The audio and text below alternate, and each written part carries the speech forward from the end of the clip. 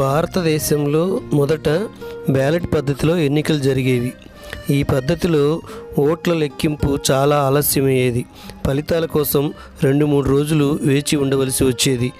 దీంతో ఎన్నికల కమిషన్ పెరిగిన టెక్నాలజీని ఉపయోగించుకొని 1982లో మొదటిసారిగా ఈవీఎం అంటే ఎలక్ట్రానిక్ ఓటింగ్ మిషన్ని తీసుకొచ్చింది.